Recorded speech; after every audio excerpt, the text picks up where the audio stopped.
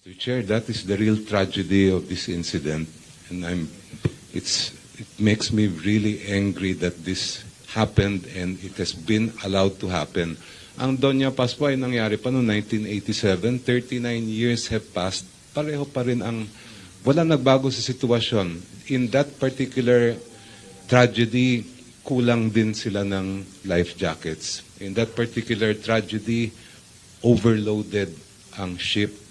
In that particular tragedy ay yung mga pasaherong wala sa manifest umabot sa halos kalahati ng nakasakay sa barko.